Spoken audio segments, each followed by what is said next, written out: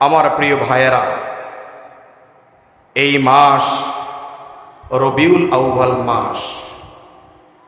রবিউল আউয়াল মাস যখন আসে তখন আশেক রাসূলদের অশান্ত মন শান্ত হয়। কথা বলুন ঠিক কিনা?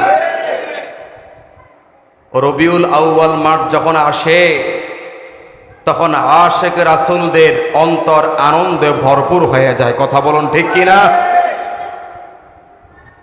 একজন আশেক রাসূল বলছে যে আমার কাছে রমজান মাসের চাইতে রবিউল আউয়াল মাসের মর্যাদা গুরুত্ব বেশি। সুবহানাল্লাহ। ওই আশেক রাসূলকে প্রশ্ন করা হলো, ওহে আশেক রাসূল, তুমি বলছো তোমার কাছে রমজান মাসের চাইতে রবিউল আউয়াল মাসের গুরুত্ব বেশি, মর্যাদা বেশি, কিন্তু আমরা তো জানি বছরে 12 মাসের মধ্যে শ্রেষ্ঠ মাস রমজান মাস। এখন তোমার কাছে রবিউল আউয়াল মাসের গুরুত্ব বেশি কেন? আশেক রাসূল প্রেমময় ভাষায় জবাব দিলেন, হে আল্লাহর বান্দা, তুমি কি জানো না আমার নবী যদি রবিউল আউয়াল মাসে দুনিয়াতে আগমন না করতেন রমজান মাস হতো না, লাইলাতুল কদর হতো না, কোরআন হতো না। কথা বলুন ঠিক কি না?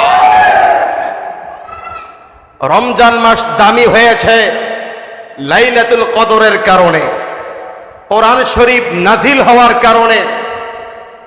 আর আমার নবী সাহিবুল কোরআন, আমার নবীকে বলা হয় কোরআনের মালিক।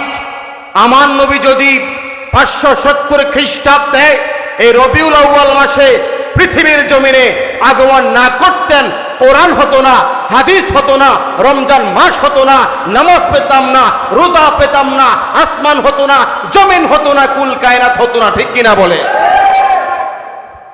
এই ভাই, এটা মিলাদুন নবীর প্রোগ্রাম, আমরা আনন্দ নিয়ে বসেছি। কথা বলুন ঠিক কিনা? আমিও কথা বলবো, আপনারা কথা বলবেন, পারবেন তো ইনশাআল্লাহ? বলেন তো আল্লাহু আকবার।